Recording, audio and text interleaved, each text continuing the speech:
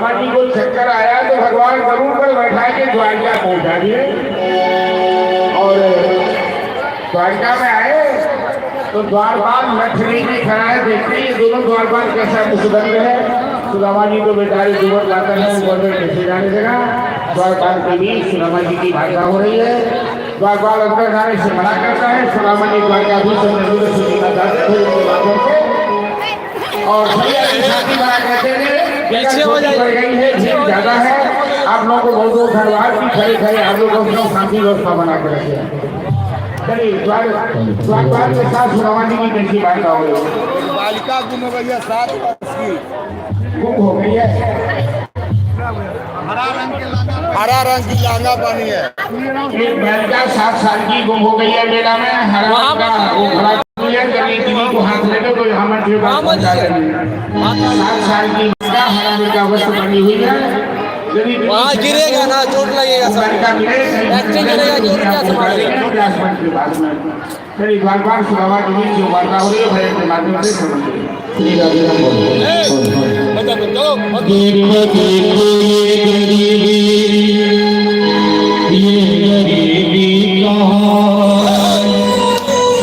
पीछा तो रहो विश्वास लेके आया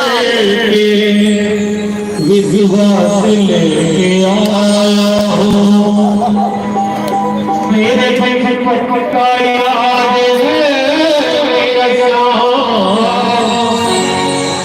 यही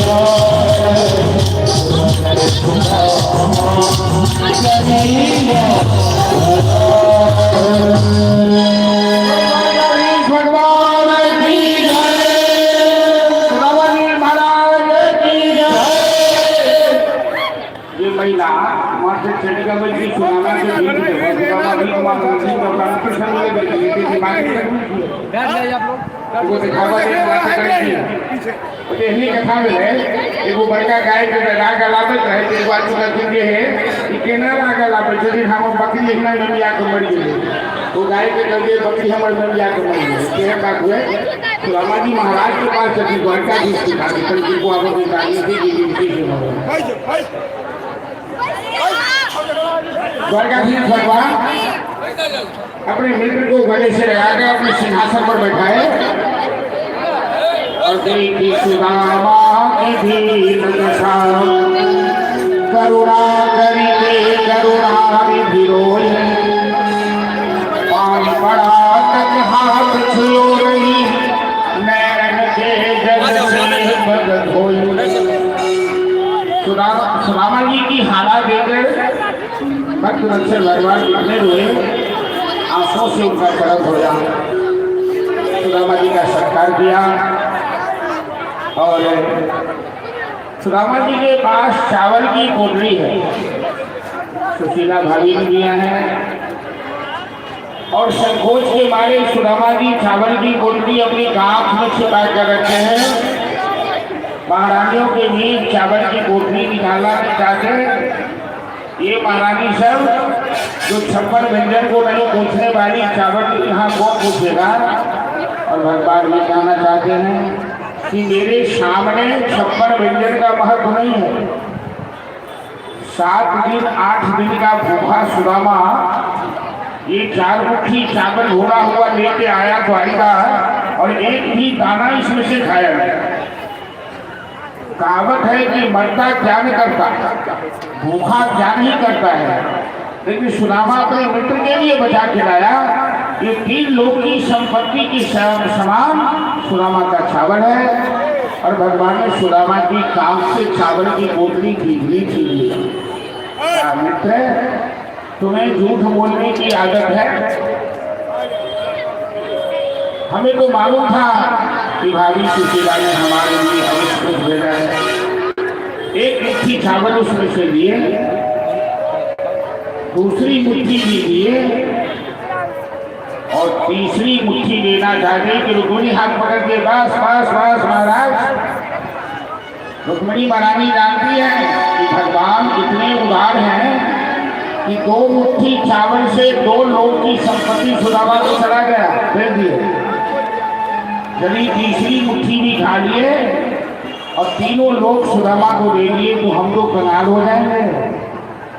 2 मुट्ठी चावल खाकर सुदामा को 2 लोग की संपत्ति भगवा दी।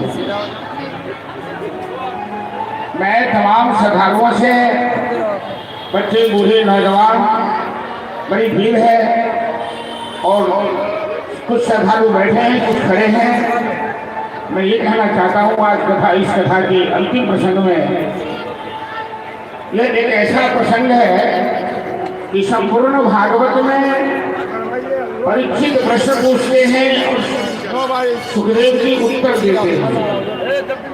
एक यही प्रसंग है जहाँ सुखदेव जी प्रश्न पूछते हैं परीक्षित से कि महाराज, जिन सुदामा को लक्ष्मी पंखा झेल रही है, जिन सुदामा के चरण लक्ष्मी नारायण दबा रहे हैं, सेवा कर रहे हैं, दुनिया के लोग उस सुदामा को गरीब कैसे कह रहे हैं?